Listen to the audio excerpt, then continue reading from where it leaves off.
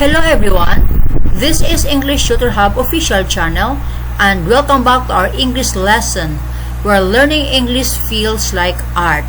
And today, let's learn how to speak better Tagalog. Compound sentences for daily use. Let's get started. Introduction. A compound sentence joins two independent clauses. Complete thoughts using a coordinating conjunction such as fun boys. F stands for A stands for and, N stands for nor, B stands for but, O stands for or, Y stands for yet, and S stands for so. Compound sentences help us express more ideas smoothly and make our daily communication more natural and interesting. Simple sentence. I was tired.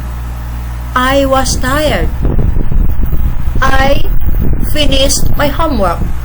I finished my homework. Compound sentence. I was tired, but I finished my homework. I was tired, but I finished my homework. Tagalog translation.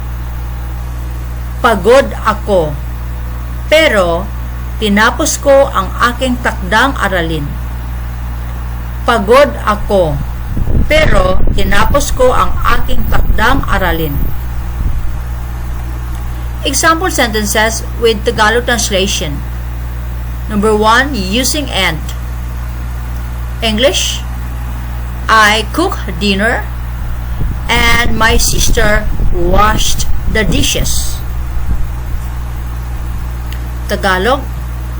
Nagluto ako ng hapunan at naghugas naman ng pinggan ang kapatid ko. Number 2, using but.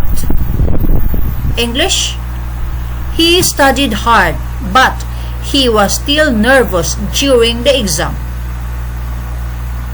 Tagalog. Nag-aral siya ng mabuti, pero kinakabahan pa rin siya sa pagsusulit. Number 3, using so. English. It was raining heavily, so we stayed at home. Tagalog. Malakas ang ulan, kaya nanatili kami sa bahay. 4, using or. English. You can call me or you can send me a message. Tagalog. Maaari mo akong tawagan o maaari kang magpadala ng mensahe. 5, using yet. English.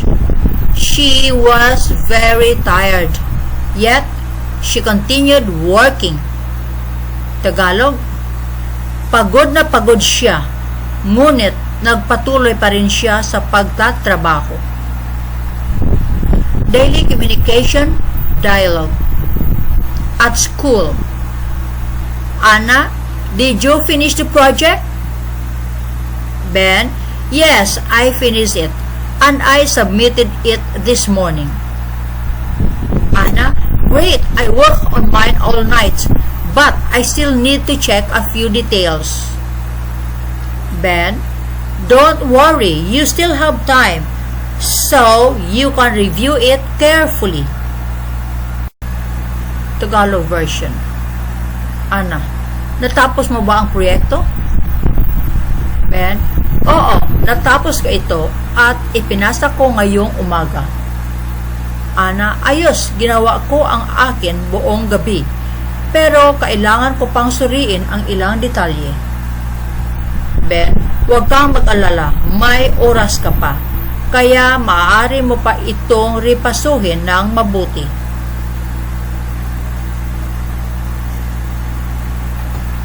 Quick practice. Combine the sentences using the word in parentheses. Example: I was hungry. I ate a sandwich. So the word in parentheses is so.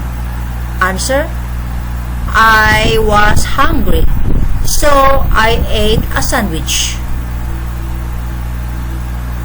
Practice 1. Maria likes coffee. Maria likes tea. The word inside the parentheses is and. Answer: Maria likes coffee and she likes tea.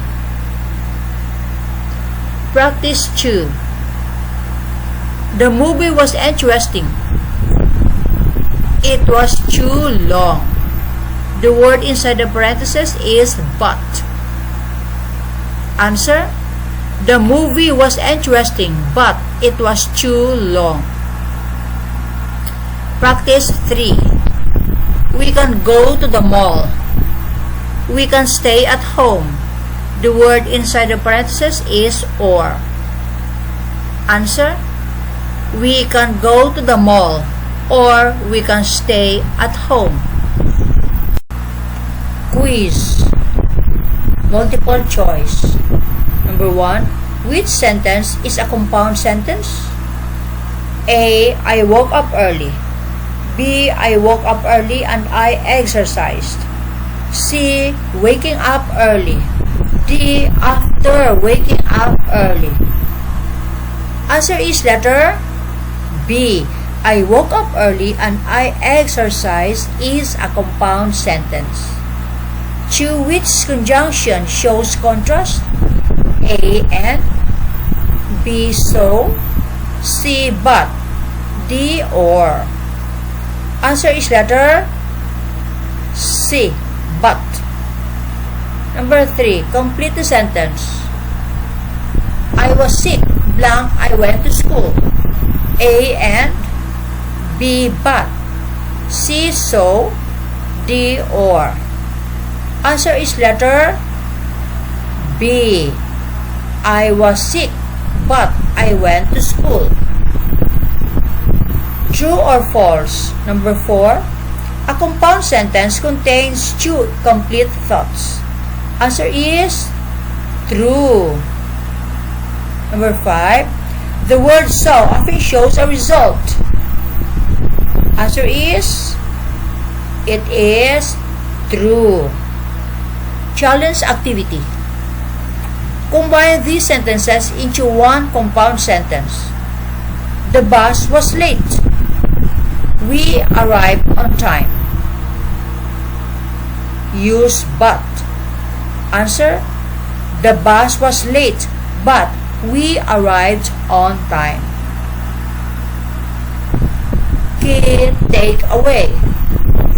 A compound sentence combines two complete ideas using conjunctions like and, but, so, or, and, yet. Formula or the structure: independent clause followed by a comma followed by conjunction plus independent clause. Example: I was tired, but I finished my work. I was tired, but I finished my work. Tagalog: pagod ako, pero tinapos ko ang trabaho ko. Using compound sentences makes your English sound more natural, connected, and effective in daily conversations. So, this video ends here about how to speak better Tagalog compound sentences for daily use. Thanks for watching.